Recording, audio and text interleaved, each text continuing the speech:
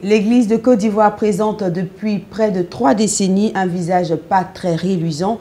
On est en droit de se poser certaines questions pour comprendre réellement ce qui se passe tout en situant les responsabilités.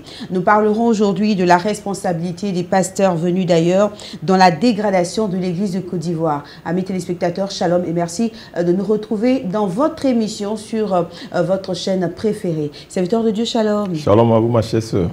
Nous bénissons le Seigneur pour la vie de notre frère Joël Azoussé. Shalom à toi. Shalom, sois béni, Martine Wali. Shalom à vous, prophète. Shalom, mon cher frère. Et il est toujours bon de rappeler que pour cette année, nous avons de nouvelles dispositions pour cette émission Dossier brûlant avec le prophète Don Céleste Nabi. Tous les samedis, nous sommes au rendez-vous à partir de 21h. Serviteur de Dieu, un mot d'entame. Mais c'est un shalom, un grand shalom à tous nos amis téléspectateurs et internautes qui accordent de l'intérêt au travail que nous faisons. Que la paix du Seigneur soit sur eux et dans leur maison d'ailleurs. Amen. Homme de Dieu, avant de tous nous retrouver dans le mieux, clarifiez-nous s'il vous plaît ce thème qui peut faire penser à tout. Madame, vous pouvez penser à tout ce que vous voulez. Mais je viens pour dire que le thème tel qu'énoncé à l'écrit est on ne peut plus clair. Nous sommes venus nous prononcer sur la part de responsabilité, sinon l'implication des pasteurs venus d'ailleurs dans la survenue et l'instauration du désordre dans l'église de Côte d'Ivoire, dans la dégradation de l'église de Côte d'Ivoire, dans la dégringolade de l'église de Côte d'Ivoire. Ce qui est écrit et ce qui est dit est dit. Nous ne sommes venus pour incriminer personne, mais pour situer les parts et les niveaux de responsabilité, afin de contribuer à mettre un terme au grand désordre qui nourrit son homme dans l'église de Côte d'Ivoire. Nous sommes venus freiner, sinon éradiquer cette chienlit et confusion chaotique qui prévalent dans le corps de Christ d'ici en Côte d'Ivoire, en particulier dans les églises dites maladroitement indépendantes. Et comme vous le savez, de 2015 à 2022, nous avons eu suffisamment à faire l'état des lieux. Nous avons également démontré, sans contredit, comment l'ivraie a manifestement poussé dans le corps de Christ au point de voir l'église de Côte d'Ivoire ressembler à une jungle et à une forêt dense qui profite aux fauves de tous genres et de toute espèce quotidiennement en quête de gibier. Et nous venons pour aborder la question non pas avec des paroles en l'air, mais avec des propositions de solutions concrètes qui, somme toute, bien évidemment, n'arrangeront pas les sorciers charognards à qui profite ce désordre bien réfléchi, bien voulu et savamment entretenu. Nous sommes venus avec la vision et la réalité de la nouvelle église de Côte d'Ivoire. La nouvelle église de Jésus-Christ de Côte d'Ivoire. Il s'agit pour nous d'être clairs, précis et pointus, M. Azoussé, sur ce qui doit absolument changer, sur ce qui doit demeurer, sur ce qui doit être amendé, avec la précision capitale que tout n'y est pas mauvais en soi. Il y a du bon et même du très bon. Bien sûr, nonobstant, se laisser aller de tout, de n'importe quoi et de n'importe qui en position d'office ministériel dans l'église de Jésus-Christ de Côte d'Ivoire. Je suis à vous. Alors, prophète, vous venez de dire tout à l'heure, je cite, l'église de Côte d'Ivoire ressemble à une jungle et une forêt qui profite aux fauves de tout genre et de toute espèce quotidiennement en quête de gibier. À quoi faites-vous allusion? Je le dis et je le répète. L'église de Côte d'Ivoire ressemble à une jungle, à une forêt dense qui profite aux fauves de tout genre et de toute espèce. Quotidiennement en quête de gibier. Vous voulez savoir qui sont ces gibiers-là? Je le dis parce que c'est ainsi qu'ils voient très malheureusement les chrétiens de Côte d'Ivoire. On voit les chrétiens de Côte d'Ivoire en des gibiers, en des gens qui ne sont bons que pour être dépouillés, pour être plumés, pour être abusés. Dommage. Vous savez, dans l'entendement obscurci, enténébré de ces faux pasteurs venus d'ailleurs, travaillant en complicité avec quelques-uns de notre pasteurs vendus, chrétiens de Côte d'Ivoire, dans leur entendement, chrétiens de Côte d'Ivoire et l'argent sont interchangeables. Quand ils voient le chrétien ivoirien, c'est l'argent qu'ils voient. Ce n'est pas seulement la manne qui descend du ciel, mais c'est même la manne qui se promène sur la terre ivoirienne, en Afrique de l'Ouest, et qui n'appartient à personne, et qu'il faut piller, dépouiller, et à qui il faut faire tout et n'importe quoi pour disparaître. Et nous sommes là pour dire non à ce trafic et à ce fléau. L'esclavage est terminé. La traite est terminée. Je suis à vous. Alors finalement, serviteur de Dieu, est-ce que vous auriez quelque chose personnellement contre les pasteurs venus d'ailleurs? Madame, s'il vous plaît, ne ramenez pas un sujet d'intérêt national à ma petite personne. Je n'ai rien contre personne. Je n'ai rien contre aucun pasteur venu d'ailleurs, d'une autre nation pour servir Jésus-Christ. Sur des bases et des motivations saines. Par amour des âmes. En réponse à un appel divin authentique. Je n'ai rien contre de tels pasteurs. Je ne suis point opposé à cela. Sinon, je serais moi-même alors un apostat qui serait en train de combattre la volonté de Dieu. Et là, madame, je tomberai sous le coup des propos du grand Gamaliel qui disait aux membres du Sanhédrin de ne pas courir le risque d'avoir combattu contre Dieu en Acte 5, verset 38-39. Je suis à vous. Alors, j'envoie dans le même sens, hein, que reprochez-vous au pasteur venu d'ailleurs? Écoutez, monsieur, n'extrapolez pas mes propos en fondant tous les pasteurs venus d'ailleurs dans le même bassin. Ils ne sont pas tous pareils. Il y en a qui sont très sérieux dans leur ministère, très corrects, et qui sont des envoyés authentiques de Dieu. Voient une bénédiction pour cette nation ivoirienne. Et j'en connais d'ailleurs. Ce n'est point de ceux-là que je parle ce soir. Ceux dont je parle, ce sont ceux-là qui sèment la pagaille dans le corps de Christ d'ici en terre ivoirienne. Ceux-là qui sont venus escroquer les Ivoiriens et les Ivoiriennes au nom de Dieu. Ceux-là qui sont venus mélanger l'église de Côte d'Ivoire avec des pratiques et doctrines anti-bibliques.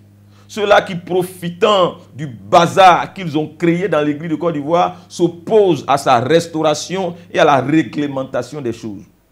Je viens pour dire et dire que je n'ai rien contre aucun pasteur venu d'ailleurs, contre aucun pasteur étranger. Mais je ne suis point d'accord, Madame Wali, avec les agissements, avec les pratiques, avec les actes, avec l'idéologie, avec la vision de tous ces étranges pasteurs, venus d'ailleurs, avec des feux étrangers, pour étrangler les chrétiens et les chrétiennes de Côte d'Ivoire. Je ne suis pas d'accord avec ça. Je ne m'accorde point et je ne puis m'accorder. Et même, je m'oppose à la philosophie luciférienne, à la ligne ministérielle et doctrinale, à l'éthique sacerdotale de tous ces pasteurs qui, tels des fauves, sont venus d'ailleurs avec des doctrines étrangères à la foi chrétienne, biblique, authentique, avec des pratiques étranges pour fondre sur l'église de Côte d'Ivoire, pour séduire, pervertir, avilir, travestir et mélanger l'église de Côte d'Ivoire pour que les choses fonctionnent de travers et qu'elles soient sans dessous-dessus, afin d'en tirer profit et intérêt. J'en suis contre.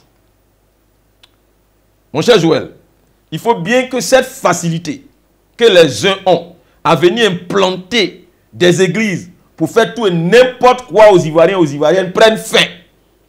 Il faut bien que cette facilité que les uns ont à venir faire ce que nous ne pouvons pas faire chez eux là, dans le contexte de l'église là, il faut bien que ça prenne fin.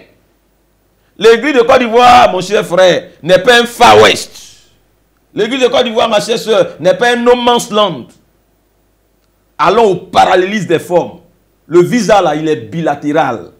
Les ambassades sont bilatérales. Si tu mets une ambassade chez moi, j'ai le droit de mettre une ambassade chez toi. Si tu me poses un visa, j'ai le droit de te poser aussi un visa. Le parallélisme des formes, ça s'appelle. Ce qu'on ne peut pas faire chez eux, n'ont pas le droit de faire ça dans l'église de Côte d'Ivoire ici. Nous disons non, non et non. Et je reste dans la dimension de l'église. Je suis un leader d'opinion, de conviction et d'action dans le contexte de l'église. Ne politisez pas mes propos. Je suis à vous.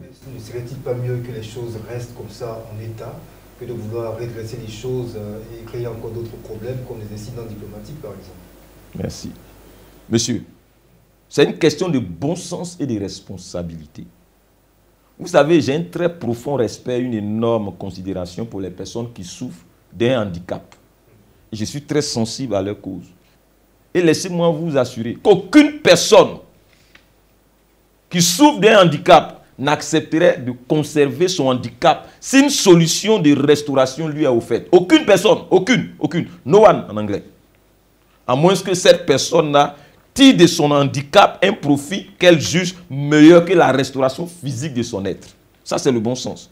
Et justement, pensez qu'il serait mieux de laisser les choses en l'état et que vouloir redresser les choses créerait beaucoup d'autres problèmes, c'est opter tirer profit de son handicap au mépris de sa dignité humaine, au mépris de sa dignité en tant qu'institution divine. C'est vendre son âme au diable pour des miettes. Ça va au-delà de la politique même de l'autruche. C'est du masochisme et du sadisme. Les choses ne vont pas, vous dites de faire avec. On souffre, vous dites de faire avec. Il y a le bordel, vous dites de faire avec. Parce qu'il y aurait des incidents diplomatiques. Mais on ne peut pas faire des omelettes sans casser les œufs. Il n'y a pas pire forme d'irresponsabilité et d'aliénation que ce que vous me proposez. C'est cela même la mentalité, l'ADN de l'esclave. Nous ne sommes pas des esclaves, mais des hommes libres en Jésus-Christ.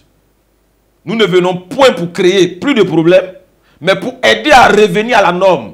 Et c'est même une façon pour nous d'aider les acteurs en cause à se redresser et à se repentir afin de ne pas finir dans le temps de feu de soufre pour avoir été au service du diable, pour s'être enrôlé à la suite du diable et pour avoir enrôlé à leur suite des citoyens et des citoyennes ivoiriens et ivoiriennes au service du diable.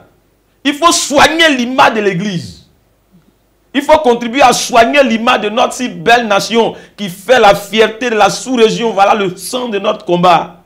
Nous ne venons point pour créer plus de problèmes, mais nous venons pour contribuer à l'effort de développement, au rayonnement de notre nation, pour ce qui est de la part de l'Église en la matière. Parce que l'Église a une mission, je l'ai dit, tridentine. La première dent, c'est le salut des âmes. La seconde dent, c'est le soin des saints, c'est-à-dire le soin des âmes sauvées. Et la troisième dent, c'est la participation de l'Église à la construction d'une société meilleure. Et justement, une question que je voudrais vous poser à ce propos. Pensez-vous, M. Joël Azoussé, pensez-vous qu'on peut aller au développement dans le désordre? Donc il faut bien mettre de l'ordre. Je suis à vous. Et mettre de l'ordre, ce n'est pas créer un problème diplomatique, ni un incident diplomatique. D'accord. Je suis à vous. Alors, homme de Dieu, vous évoquiez insidieusement dans le thème de ce jour, ainsi formulé la question de la dégradation de l'Église de Côte d'Ivoire. Pourrait-on dire que l'Église de Côte d'Ivoire a été victime d'agressions ou assauts qui l'ont mis dans cet état? Absolument. Et puis, je ne dis rien insidieusement, hein. Je le dis clairement et ouvertement. C'est absolument le cas si on ne manque pas de courage. Vous savez, à un moment donné de l'histoire de l'Église de notre nation, les gens ont vu l'Église de Côte d'Ivoire comme le nouvel Eldorado, un no man's land, la nouvelle terre non habitée que l'on peut venir occuper, où on peut tout faire et faire n'importe quoi. De toutes les façons, il n'y a rien en face. Il n'y a pas garçon. Les faux prophètes sont donc venus à profusion. Se sont rués sur l'Église de Côte d'Ivoire. Les faux enseignants se sont rués vers le pays. Les faux bishops également.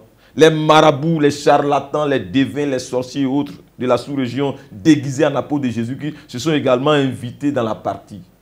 Tout et n'importe quoi, tous et n'importe qui sont rentrés dans l'Église de Côte d'Ivoire, qui dans sa naïveté et innocence et bonté sordide a été violé, violenté, abusé, laissé d'un état de mal-être sans précédent à demi-mort. Voici la réalité. Voici la réalité. Je suis à vous. Alors, en vous exprimant ici, n'êtes-vous pas en train justement d'attiser la haine et donc de vouloir bien sûr être xénophobe, homme de Dieu? Monsieur, vous m'avez posé une question. Et maintenant que je suis en train de répondre à cette question, vous me targuez des xénophobes et d'agents de sédition ou d'incitation à la haine. Où se trouve la haine dans mes propos? Et puis ne confondez point patriotisme, qui est l'amour de sa patrie, et xénophobie, haine de l'étranger. Le chrétien est avant tout citoyen, et en tant que tel, il n'est pas tenu que d'aimer l'Église de Jésus-Christ et le Christ. Il doit aimer également sa patrie et contribuer à son rayonnement. C'est ce que je suis en train de faire. Je ne suis qu'un patriote. Et puis, précision capitale. Qu'on ne travestisse pas mes propos, qu'on ne déplace point mes propos qui sont très clairs, qu'on ne me sorte point de mon spectre de mandat, qu'on ne sorte point mes dires de leur cadre. Je parle de l'Église et non pas de la nation ni des politiques. Chacun fait son travail. Ne pensez pas que nous venons pour prêcher la haine et la division dans le corps de Christ ici en Côte d'Ivoire. Bien au contraire. Nous sommes très reconnaissants pour tous ceux-là qui sont venus d'ailleurs et qui sont une bénédiction énorme pour les Ivoiriens. Nous sommes simplement venus intervenir pour que les choses fonctionnent comme cela se devrait, M. Joël Azoussi. Nous sommes venus pour contribuer à réformer l'Église de Côte d'Ivoire, à ôter l'ivraie et faire croître et prospérer le blé. C'est mauvais ça, c'est de la xénophobie ça. Aimer son pays, c'est être xénophobe. Défendre les intérêts de sa patrie, c'est être xénophobe. Défendre les intérêts de l'Église dans sa patrie, c'est être xénophobe. Nous venons pour dire que ça n'est assez. La Côte d'Ivoire n'est pas le pays le plus possédé par les démons. Ça n'est pas le pays qui contient le plus de païens. La Côte d'Ivoire n'est pas une prostituée qui reçoit tout et n'importe quoi, tout et n'importe qui, pour qu'on lui inflige toutes sortes de sales désordres. Ça n'est pas normal que ceux qui n'acceptent pas qu'on fasse chez eux dans la foi, ils viennent librement le faire ici en terre ivoirienne, dans l'église, au nom de l'amour en Christ. Même dans une maison, Madame Wali, il y a des règles. Au sein du couple, il y en a aussi. Entre frères, entre les meilleurs amis, il y a des règles. Le principe de la saine réciprocité et du parallélisme des formes doit être respecté et appliqué dans l'église. Ça n'est pas normal que des gens poursuivis pour délit dans leur pays soient acceptés chez nous pour pire rendre ministère sans souci. Piller les Ivoiriens et les Ivoiriennes, se faire du magot et être adulés comme des princes de faussaires impénitents qu'ils sont. Un pasteur reconnu faussaire chez lui, inculpé en fuite ou passif de poursuites judiciaires, ne doit pas être accepté dans notre pays comme pasteur. S'il rentre comme réfugié par une certaine alchimie, alors qu'il s'arrange pour n'être pas pris.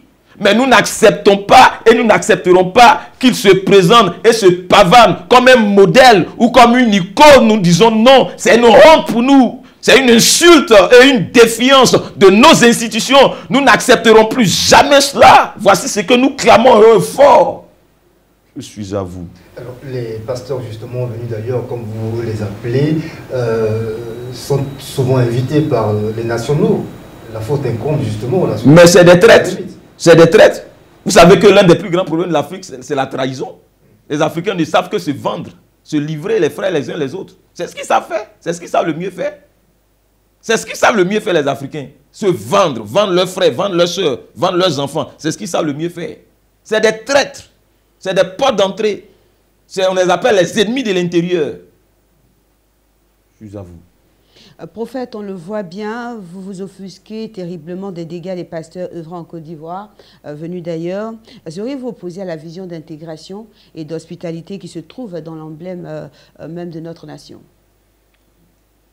Avant de répondre à votre question, j'ai tellement mal de voir des pasteurs qui ont commis des dégâts dans leur pays, qui sont poursuivis et puis ils sont adulés, ils sont sur des affiches.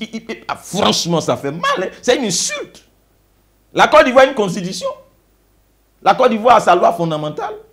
Je ne suis point opposé à l'hospitalité ou à l'asile accordé aux uns. Ça peut arriver à tout le monde. La Bible est claire et formelle sur ces choses. Israël s'est exilé en Égypte. Moïse s'est exilé au pays de Madian. C'est là qu'il a rencontré Jéthro, son beau-père. David au pays des Philistins. Abraham, le père de la foi, en Égypte. Isaac à Guérar. Les parents de notre Seigneur Jésus-Christ eux-mêmes se sont réfugiés en Égypte pour sauver la peau de l'enfant Jésus. Ceci pour dire que la Bible est très claire sur le ministère de l'hospitalité. Mais la même Bible clarifie très nettement le positionnement et les responsabilités des uns, c'est-à-dire des nationaux et des autres, des étrangers, dans une nation. C'est clair, c'est clair, c'est clair. Je suis pour et je suis favorable à la vision d'intégration. Il faut s'ouvrir. Mais s'ouvrir pour vivre, pas s'ouvrir pour mourir. Il faut s'ouvrir, mais s'ouvrir stratégiquement. Je suis pour une vision d'intégration constructive, intégrant compatibilité et amour. On ne peut pas vouloir aimer les biens d'un peuple, mais ne pas aimer le bien du peuple, ni le peuple lui-même. C'est ce que les gens nous font dans l'église. Et nous disons non. Ce que j'essaie de dire, c'est que les pasteurs venus d'ailleurs ne peuvent pas qu'aimer l'argent des Ivoiriens et des Ivoiriennes. Mais non pas les Ivoiriens et Ivoiriennes eux-mêmes et elles-mêmes, ni leur mieux-être. Je dis non, ce n'est pas juste. Je suis pour une intégration de type greffe d'organes. Qu'est-ce que je veux dire? Il doit avoir forcément pour préalable de la compatibilité. On ne prend pas n'importe quel organe pour le greffer sur un autre. Sinon, il y aura forcément un rejet. C'est d'ailleurs pour cela que les structures avisées, telles que la Green Card USA ou Access Canada, procèdent par des études de dossiers. On ne peut accepter n'importe qui comme pasteur en Côte d'Ivoire. Ça, je dis non et je dirai toujours non. Ça n'est pas de la xénophobie, c'est de la rationalité, c'est de la sagesse, c'est le bon sens. Je vous avoue. Est-ce qu'en Christ, les questions de nationalité ont encore leur place? Est-ce qu'on parle de frontières en Christ? Écoutez, ceux qui viennent de jouer la Coupe du Monde là, sont tous des non-chrétiens. Il y a des chrétiens dedans. Hein? Comment il s'appelle? Thiago Silva, le défenseur brésilien, il est chrétien. N'y a-t-il pas des chrétiens parmi? Une question. Chaque joueur n'a-t-il pas joué pour sa nation? Chaque joueur n'a-t-il pas défendu les couleurs de sa patrie alors qu'ils sont chrétiens? Les nationalités n'existent pas dans l'église de Jésus-Christ, certes. Mais l'église de Jésus-Christ elle-même, là, elle est dans les nations. Et Dieu lui-même nous demande de nous soumettre aux lois de nos nations respectives, confère Romains 13. Il est vrai que dans le corps de Christ, il n'y a pas de nationalité. Mais les chrétiens sont avant tout des citoyens des nations. Donc soumis aux lois des nations avec des droits et des devoirs qui diffèrent d'une nation à une autre. Des passeports qui diffèrent d'une nation à une autre. Personne ne voyage, Madame Wali, d'un pays à un autre avec son passeport de chrétien ou sa carte d'identité d'église ou sa carte pastorale. Personne ne postule un poste avec sa carte chrétienne. Nous sommes certes dans un monde planétaire, mais c'est un village planétaire cloisonné. Les visas entre pays en disent long. Chaque chrétien ou pasteur a le devoir de respecter la nation des autres chrétiens, de respecter leurs citoyens, leur constitution, leur emblème. Ce que nous disons, c'est qu'on nous manque du respect en tant que citoyens. On manque du respect à notre nation. On manque du respect à nos institutions. C'est ce que nous disons. On manque du respect à l'église de Côte d'Ivoire. C'est ce que nous disons. Le nom de Jésus-Christ n'est pas un passeport terrestre pour voyager d'une nation à une autre. Pareil pour l'identité chrétienne. Le nom de Jésus-Christ, ce n'est pas une maladie diplomatique. Ce n'est pas un laisser-aller, un passe-partout. J'ai dit non là. Et justement, nous disons fort que ce n'est pas correct que les gens à qui la Côte d'Ivoire a offert l'hospitalité s'adonnent à désacraliser de la façon la plus insultante nos emblèmes en tant qu'église. Voici simplement ce que nous disons. Qu'ils respectent notre nation, qu'ils respectent le corps de Christ dans notre nation, qu'ils respectent l'église de Jésus-Christ. C'est aussi simple que cela. Et laissez-moi vous dire qu'il faut s'ouvrir cette. Mais il ne faut pas s'ouvrir n'importe comment, à n'importe qui et à n'importe quoi. Il faut s'ouvrir avec vigilance et avec des conditions et réserves. Même la prostituée, elle a des conditions. On s'ouvre en fonction de ses réalités, de sa vision et de ses défis, de son état de santé, de sa condition et surtout de l'état d'esprit de celui qui vient. On ne va pas ouvrir nos portes aux démons. On ne va pas ouvrir les portes de l'église de Côte d'Ivoire aux charlatans, aux marabouts, aux sorciers, aux braqueurs, aux voleurs. S'il faut s'ouvrir n'importe comment, à n'importe qui, pour finir ou se retrouver dans les ridicules et les pétards, s'il faut s'ouvrir pour se perdre, j'ai dit qu'il y a un problème. Il faut s'ouvrir pour se construire, M. Azoussé. Il faut s'ouvrir pour avancer et non pour se détruire, ni rétrograder. Sachez qu'il y a des choses qu'on ne partage point, Madame Wali. C'est par exemple le cas de sa femme. Qui consent partager sa femme? C'est de même qu'on ne veut pas partager l'église avec les démons et le diable. Mais là, on nous invite à partager l'église de Jésus du Côte d'Ivoire avec les faux prophètes, avec les marabouts, avec les démons, avec le diable. Nous disons non. Et laissez-moi justement terminer pour vous dire que le temps est venu de savoir qui fait quoi dans le corps de Christ ici en Côte d'Ivoire. Cette façon de traiter les chrétiens et l'église de Côte d'Ivoire doit prendre fin. Et elle prendra fin. L'église de Côte d'Ivoire, comme notre nation se veut accueillante et hospitalière, doit être respectée. Mais il ne faut point se moquer de nous. Nous prendrons nos dispositions. Que les uns arrêtent de nous prendre pour des cons. Nous disons non. Il ne faut pas continuer à servir à l'église de Côte d'Ivoire la foutaise, la camelote, le bordel, le bazar. Au nom de quoi? Il ne faut pas confondre bonté et stupidité, accueil et cercueil. Nous refusons qu'on continue de nous insulter, d'insulter notre dignité, nos institutions ecclésiastiques, notre intelligence et nos compétences. Nous refusons qu'on vienne fouler aux pieds nos sacrées idiosyncrasies et notre feu de route pour le développement. Que ce qui n'est pas acceptable et accepté ailleurs ne soit point accepté chez nous, dans nos églises. Voici ce que nous disons.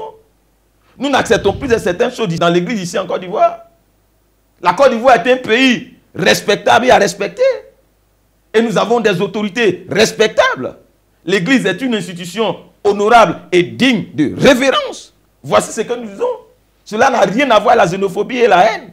Pourquoi diantre, à chaque fois qu'on veuille que les choses fonctionnent comme cela doit l'être, dans notre nation, on nous brandit par intimidation le carton rouge de la xénophobie ou le carton jaune de l'incitation à la haine.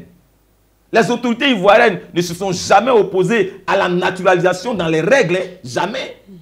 Que celui donc qui veut jouir des droits d'Ivoiriens se naturalise tout simplement et devienne citoyen ivoirien pour pouvoir mettre sa bouche dans les affaires de notre nation et de l'église de Côte d'Ivoire. C'est aussi simple que cela.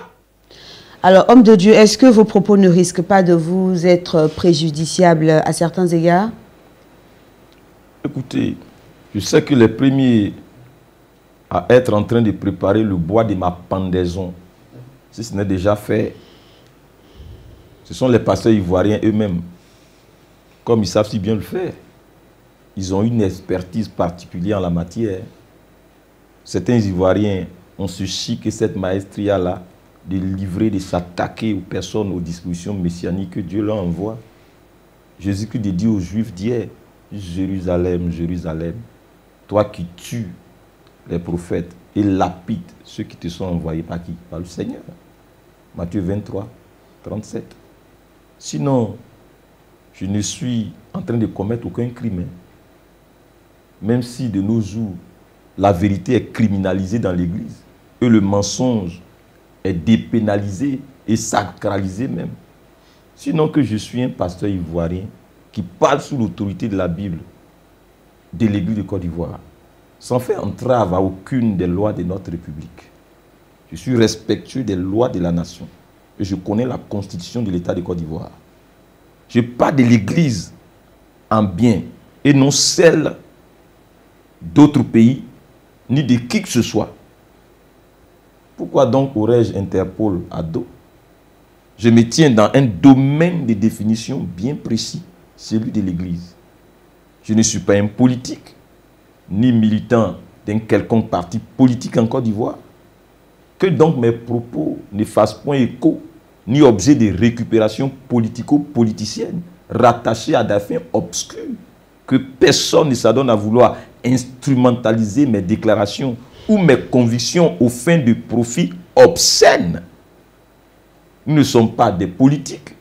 Nous parlons au nom de Jésus-Christ pour le compte de l'Église qui est dans une nation dirigée par des autorités responsables que nous respectons. Il est vrai que le Seigneur ne fait exception de personne, mais le Seigneur est un Dieu d'ordre. Son Église également l'est. Dieu est respectueux des lois des nations et de leurs valeurs. Nous voulons simplement que l'Église de Côte d'Ivoire soit respectée. Un gros point sur un gros nez, c'est tout. Je vous avoue.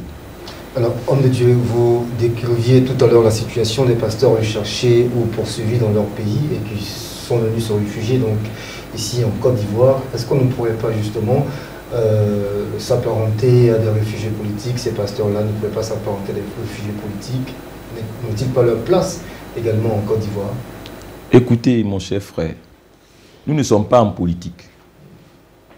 L'Église de Jésus-Christ n'est pas un parti politique, ni un mouvement politique, non plus une république démocratique, non plus une nation faisant partie des Nations Unies, ni un État. L'Église n'est pas ainsi. L'Église est une nation sainte. L'Église est une institution divine. Nous ne sommes pas en politique. Ça, c'est le premier point. Secondo, sachez que la Côte d'Ivoire n'est pas et ne doit point être le réservoir des impies, des malfrats, des malfaiteurs, des fauteurs de troubles, des renégats sociaux, des perturbateurs endocriniens du tissu social. Le réservoir des impies, des malfaiteurs. Le réservoir des impies, des malfaiteurs, des malfrats, ici en Côte d'Ivoire, vous savez où c'est? C'est la Maca. la maison d'arrêt de correction d'Abidjan. Ça y est à Yopougon. C'est la prison. Un malfrat, un faussaire, sa place, c'est la prison. En 3, il faut savoir aussi que quand un réfugié politique est accepté dans une nation, il y a des règles auxquelles il est tenu de se soumettre. Si vous vous informez quelque peu sur les résolutions et accords des Nations Unies dans ce sens, vous verrez bien qu'un réfugié politique a des droits et des devoirs. Les choses sont très claires et bien quadrillées, sérieuses. Un réfugié politique, on dit bien réfugié politique, c'est bien pour des raisons politiques qui s'est exilé dans une autre nation. Il ne va pas faire la politique dans la nation qu'il a reçue. Il ne va pas s'immiscer dans la vie politique de la nation qui le reçoit, dans les questions politiques de la nation qui le reçoit, dans les affaires politiques de la nation qui le reçoit, dans l'appareil politique de la nation qui le reçoit. Voici qui est clair et qui doit être clair. Un réfugié politique dans une nation qui l'a accueilli, il reste dans son coin et il est tenu de rester dans son coin. Autrement, la terre d'asile finira par le vomir pour d'autres horizons. Ça n'est pas pour faire de la politique qu'on l'a reçu. Ça n'est point un opérateur économique, ni un coopérant, ni un expatrié. C'est un réfugié, un réfugié. Et un réfugié, il reste dans son refuge. Un réfugié, il est fait pour se réfugier là où il est. C'est aussi clair que ça. Donc, tant est que ces pasteurs, qui sont des faussaires, tant est qu'ils ont pu s'évader par l'aide du diable de leur nation, qui a lancé une poursuite judiciaire contre eux, pour se retrouver dans notre nation. Mais ces pasteurs-là, qui comprennent que le mieux qu'ils puissent faire, c'est de se taire, de se terrer dans notre nation. Ce n'est pas de venir s'immiscer dans la vie ecclésiastique de notre nation. Ils ne peuvent rien apporter de bon à l'église, parce qu'ils sont eux-mêmes sous mandat de dépôt. Et ils ont fui. Ils sont eux-mêmes des faux. À défaut de se retrouver en prison chez eux et en enfer, notre nation là a ouvert ses entrailles. Mais ce n'est pas pour venir faire de la pagaille là. Nous disons non. Pour nous, ça n'est point des serviteurs authentiques de Dieu. Sinon, ils ne seraient pas en train d'être poursuivis par la justice de leur pays. Ce sont des personnes en conflit et en infraction vis-à-vis des lois de leur nation qui devraient normalement avoir honte et se cacher, mais non se jouer des vedettes dans notre nation. S'ils ont se produit en icône ou en légende vivant dans nos nations, ça c'est une insulte à la dignité de l'église de notre nation. C'est une insulte aux institutions de nos nations. Et nous n'allons pas accepter cela.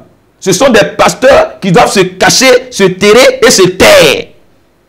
Ils n'ont rien à donner comme enseignement aux âmes de Côte d'Ivoire. Si leur bouche devait s'ouvrir, c'est bien seulement pour demander pardon à Dieu pour leur infraction. Ces personnes n'ont rien à apporter à l'église. Elles n'ont pas le droit d'ouvrir des églises et faire des programmes. Qu'elles se préparent pour aller se réconcilier avec les autorités de leur nation qui les recherchent en justice d'ailleurs. Ou qu'elles se convertissent véritablement à Christ dans notre nation. Que cela soit très clair. Un gros point sur un gros nez. C'est clair. L'église de Côte d'Ivoire n'est pas une péripatéticienne. Ce n'est pas une prostituée. Ce n'est pas un dépotoir. Ce n'est pas un dépositoire. Assez, ça n'est assez. Nous mettrons tout en œuvre pour que la dignité de l'église de Côte d'Ivoire et des chrétiens de Côte d'Ivoire, des chrétiens de Côte d'Ivoire, des pasteurs de Côte d'Ivoire, des leaders de Côte d'Ivoire soit rétablie. Nous mettrons tout en œuvre pour endiguer et freiner le désordre dans l'église d'ici, en terre ivoirienne. Et cela, ce sera vaille que vaille. Les jeunes ne pourront plus continuer à profiter du désordre dans l'église de Côte d'Ivoire. Ils ne pourront plus continuer à tirer profit de la putréfaction de l'église de Côte d'Ivoire. C'est simple et c'est clair. Je suis à vous. Alors moi j'aimerais savoir, est-ce que vous serez en train de dire que des réfugiés justement sur le sol ivoirien n'ont pas le droit de laisser le ministère pastoral? C'est pas ce que j'ai dit. J'ai dit des gens qui ont des poursuites judiciaires à leur dos. Voilà ce que j'ai dit. S'il a escroqué des gens chez lui, dans son pays, qu'il est poursuivi, pourquoi il va venir faire ministère ici? Pourquoi? C'est un escroc. Il doit se repentir. Il doit se repentir. C'est ce qu'il doit faire. Il doit se repentir. Il doit se repentir. Et par la suite exercer. Mais il doit se repentir. On doit avoir les preuves de sa repentance. On ne les a jamais entendus officiellement demander pardon. C'est-à-dire qu'ils se comportent comme s'ils n'ont rien fait chez eux. Mais nous, on sait ce qu'ils ont fait chez eux. Les gouvernants de la nation les poursuivent. Il y a des mandats d'arrêt lancés contre eux. Donc, à quel moment est-ce qu'ils se sont repentis pour se retrouver sur des affiches publicitaires de programmes d'évangélisation, d'enseignement chez nous? Ça ne fait pas sérieux. Ils doivent se repentir officiellement. Voilà. Alors, ça devient assez chaud, mais bon, malheureusement, on est déjà au terme du temps qui nous est imparti, Comme serviteur de d'habitude, Dieu. madame. Voilà. Alors, donc, on va tout simplement reconduire ce thème pour la semaine prochaine, serviteur de Dieu. Par la grâce de notre Seigneur Jésus-Christ. Amen. Voilà. Alors, chers téléspectateurs, on parlait pour ce numéro de la responsabilité des pasteurs venus d'ailleurs dans la dégradation de l'Église de Côte d'Ivoire. Je vous donne rendez-vous sûrement pour la semaine prochaine pour en savoir un peu plus. On espère que vous serez avec nous. Shalom, shalom. Shalom.